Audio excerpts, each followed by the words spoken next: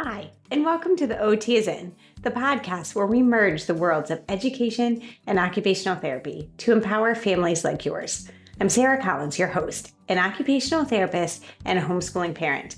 I've experienced occupational therapy by supporting families for over 15 years, but also through seeking out support of my own children, so I'm right here in the trenches with you. Though there is not one way to educate your child, there is a lot to consider when individualizing an education. And the goal of this podcast is to explain some of the why behind what an occupational therapist is thinking so you can apply it to your own family. Especially with my three favorite topics: executive functioning, handwriting, and sensory processing. Each episode will be packed with practical tips, expert interviews, and real-life stories aimed at helping you to create a supportive learning environment for your child. So, grab your headphones and get ready to dive in of the collision of education and occupational therapy. I'm Sarah Collins from Homeschool OT, and I'm thrilled to have you with me on this journey of discovery.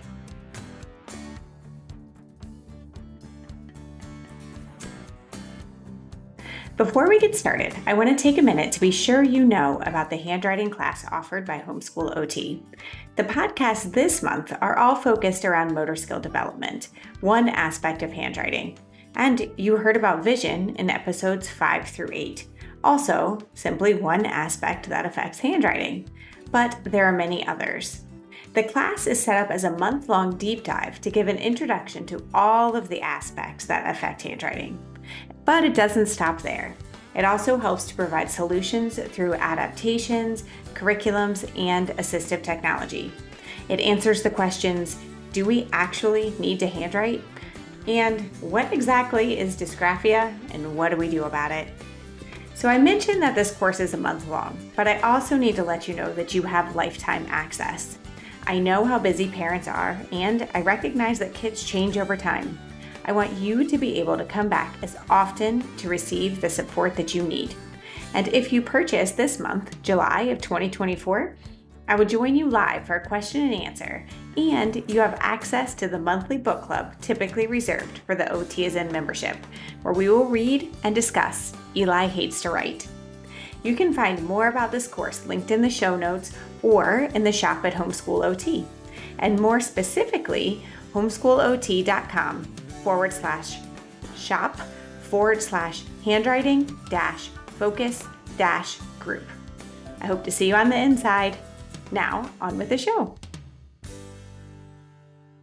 Hey, and welcome back to the OT is In.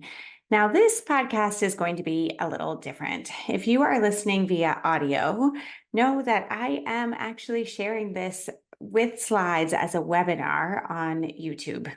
So therefore, I do not have everything written out. You're going to hear some different ways of speaking as I share stories and just talk more off the cuff. But the reason being is that primitive reflexes are kind of a tough topic, yet they are something that people are asking me questions about all the time. And the research is rather new. Now, I don't have time to go into all of it today. I am going to give you some resources at the end of this to dive deeper if this sounds like something you need to dig into a little bit more. However, since it is such a topic that is affecting more and more people, and we are recognizing the impact of having retained reflexes, I wanted to make sure that I have just an introduction for you, my listeners, because primitive reflexes impact function throughout the lifespan. Now, when I was in occupational therapy school, I finished in 2008. So guys, this in the grand scheme of things is not that long ago. Back in 2008, I remember vividly, went to a daycare center, tested people's primitive reflexes, but didn't really discuss about, okay, after they should be integrated and they're not, what happens? That research has come since then and is continuing to be more and more prominent now. We're finding more reasons why it is important to know about and consider primitive reflexes when you are seeing differences in functioning, or another way, when your kids are struggling with what they specifically need and want to do during their day. And this has even affected our own home. My son, who was born prematurely or early, but only by 4 weeks, his reflexes were not integrated at all. And that affected his vision and affected his reading and writing, and it affected his stress levels because he wasn't able to do the things he needed and wanted to do. So it was a starting point in our journey. Now, let me dig in a little bit further. So, today we're going to cover what are primitive reflexes, why are they there, why are they integrated, and how do we help if they're not? So, what are primitive reflexes? They start in the womb, and they're actually a sensory stimuli that you take in, and then it leads to an automatic motor response, but this bypasses the brain. These are located in the brain stem. So as that sensory stimuli happens, then the motor response automatically happens without the thought process, without the stop and consider. Now, this happens as babies are born to help with the birthing process and then leads to survival. So, think about one of the reflexes is when you take your finger and go up the side of a baby's face, and that triggers them to start sucking. This was survival. This is learning how to eat. It's called the rooting reflex. Without it, kiddos wouldn't know that suck, swallow, breathe sequence. But as time goes on, do we still need that? No. And so that has to be integrated so that then we can have further development. So this is a list from occupationaltherapy.com. It's by Samantha Heidenreich. And if you are listening, I will make sure that it is linked in the show notes. It's just a simple chart that explains the reflexes, their purpose, the age that they begin, and then the age that they are typically integrated. And remember, integrated means that the cortex takes over from the brainstem. So we can begin to think and decide if the motor response is what you want to have happen. The Moro reflex appears at birth and usually integrates between 2 and 4 months. Now, anecdotally, this is the one that I see more often with families who are coming to me and saying, my child is struggling because of emotional regulation, because they seem to get into fight or flight immediately. Because as soon as something happens, they consider it a danger, even if it isn't. Even if we perceive it as not a threat, they perceive whatever is happening around them as a threat. It's almost as if they can't even think of what's happening. Guys, that's a reflex. That means that the sensory stimuli comes in and then the motor response happens. As babies, it looks like when you drop a head back or drop the baby back, then their arms fly out. But as kids get older, what it looks like is avoidance, is running away, is anger and outbursts. So I am not saying that every single time that a child comes to me because they're having struggles with emotional regulation, that the motor reflex is there, but I'm saying it is definitely something to consider. The next reflex on this list is the rooting reflex. We talked about it for a second. When you take your finger and you go up the side of a baby's mouth, they start sucking. Kiddos who have an oral fixation, oftentimes, this is something that we're finding is still there. The palmar grasp reflex. This is when you take your finger or anything and put it in your kiddo's hand and they automatically squeeze around it.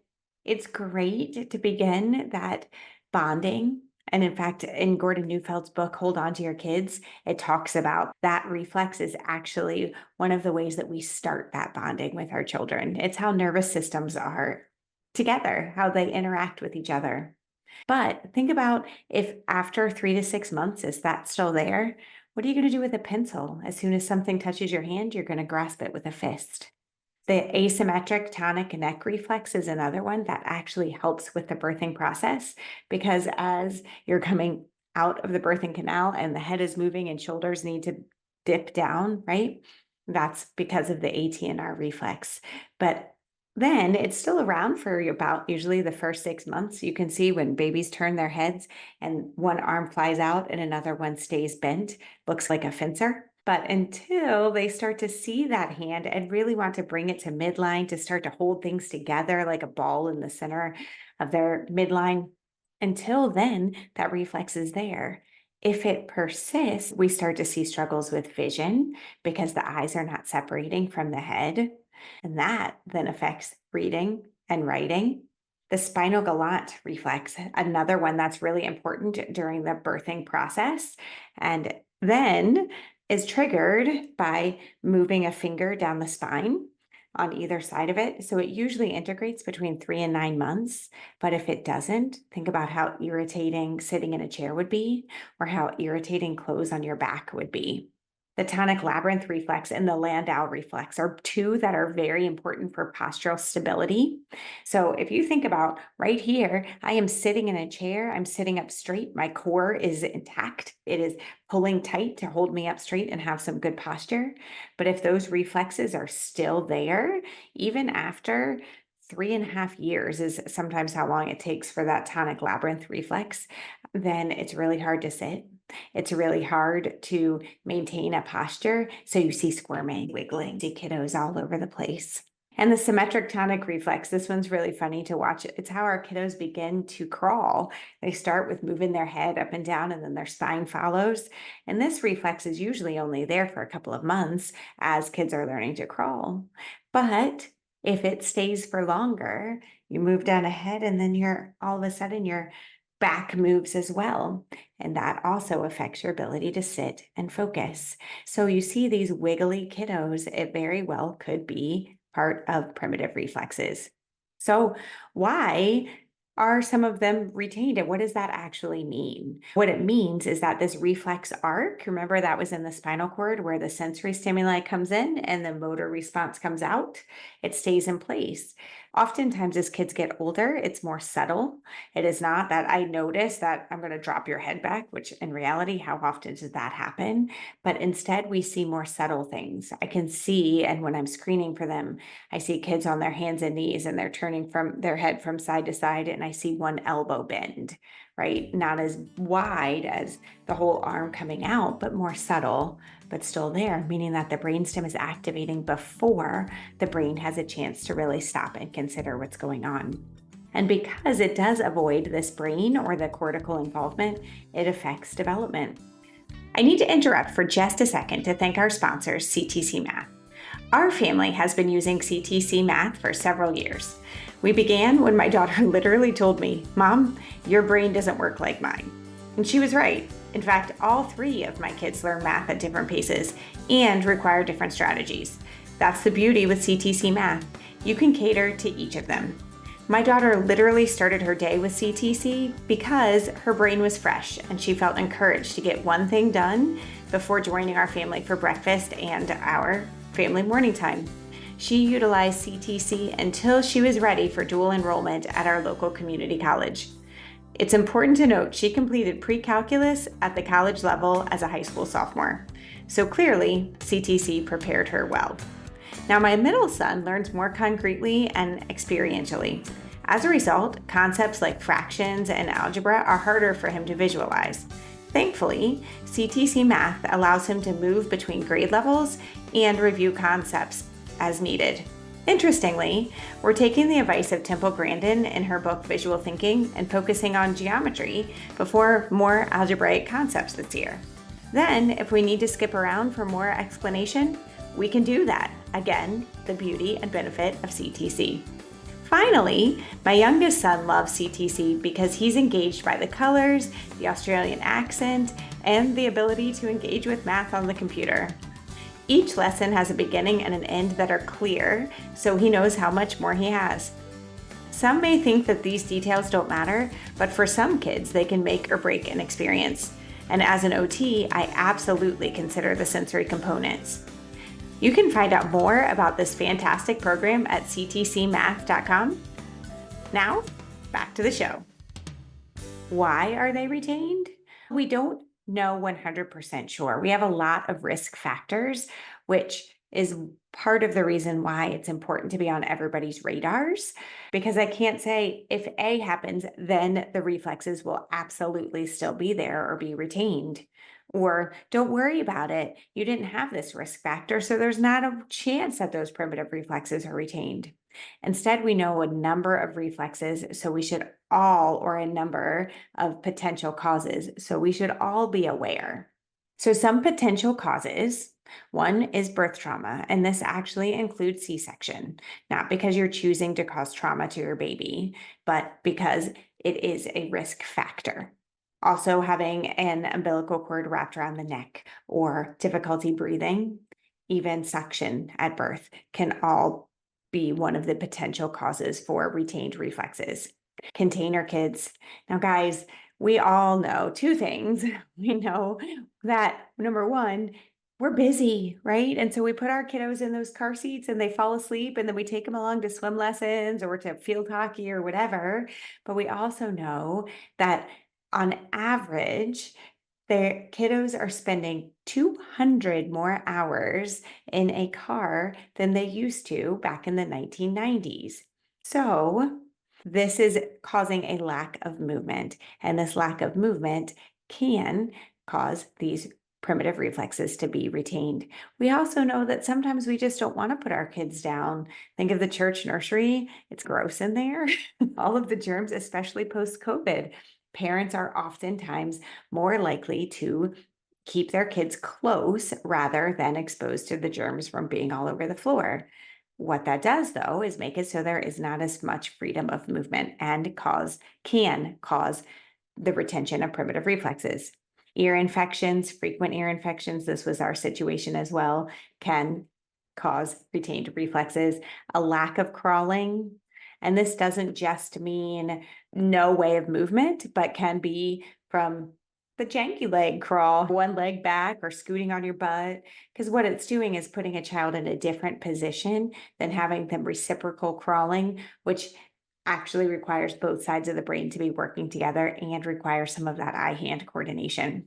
Injury or exposure to toxins are two other risk factors. How do you know and what do you do? We want to look at function. Okay. We all want our children to participate in what they need and want to do during the day. And yes, that does look different for everybody, but there are some things that all kids need and want to do. One is activities of daily living, meaning getting dressed, going to the bathroom, things like that. Bedwetting is a signal that the spinal gland may still be retained. Now, remember, that is when you touch, I'm touching my back if you can't see me. This is when a finger goes down the side of either side of your spine or just something stimulates it there. So think about if you're rolling around at night and this reflex is still present, that can cause bedwetting. Now, the tonic labyrinth, we actually have realized that has a lot to do with sequencing of what comes first, second, and third. This is a requirement for dressing. You have to know the sequence of putting on your shirt. You put your head in, you put your arms in, or your arms, then your head. It doesn't matter as long as it's consistent. So dressing and struggles there can be a sign of having the TLR still present. Fatigue, especially fatigue with sitting, fatigue with holding your head up during the day. That can be a sign of the Moro, the TLR. STNR, if it has more to do with posture and being able to sit in a seat.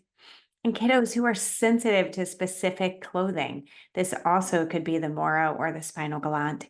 So again, I'm not saying that 100% if your kids have this, that means they have integrated primitive reflexes. What it means is it's a risk factor. And when we're seeing things within function, then it's time to get that assessed. Another prime example here in the homeschool world is reading. So the ocular motor skills that it takes to visually scan from left to right, that requires your eyes to be separate from your head. And that requires the TLR and the ATNR reflex to be integrated. Sitting in a chair and not having your back triggered, that's also the spinal gland. And then attention, being able to ignore distractions. Remember that Moro is what sends kids into fight or flight. So if you're being able to ignore all of the distractions around you, that requires that Moro reflex to be integrated. Handwriting is also the ATNR because if you're turning your head and then your hand is not staying where it needs to stay because of that reflex, it makes it really hard for line orientation. And copying, think about having to look at something far away and then down at your desk and then far away and down at your desk. That's that head movement, which can activate the STNR reflex and make copy work really difficult. So these were just two examples of function. However, there are so many more. It can affect language development. We can affect play skills, ball skills. So if you're seeing consistent difficulties across these areas, that's where getting these reflexes assessed can be really important. So then how do I know? If a sensory stimuli is that equals then the motor response, then doing the opposite would be interrupting the reflex. So this is how we help with this. There are specific exercises that can help to integrate these reflexes. And then next week, you're also going to hear from my friend Kokeb McDonald, who wrote books on integrating reflexes through play. You also can go to a functional neurologist, an occupational therapist, some pediatricians, developmental optometrists, and chiropractors. They all can screen for these primitive reflexes and then help to provide recommendations or next steps. So right now, what we are noticing is that there are lots of different ways to work on getting these integrated, but what we want to try first is play and exercise. I have been around people who have said, I talked to, my chiropractor, or I talked to the functional neurologist, and they're recommending this program, which costs thousands and thousands of dollars. And what I'm telling you is to try the natural play and exercise first before enrolling in these very expensive programs. So who can help in the homeschool world? Homeschool OT, I can help and look more into what some of these reflexes can be doing with your children. Carol Brown with the Equipping Minds program, she works specifically on primitive reflex integration before going deeper. Some of the Diane Craft exercises do the same, and Learning RX. And there are other resources as well. The Parkla Sensory Podcast and YouTube channel go way more into depth on each of these reflexes.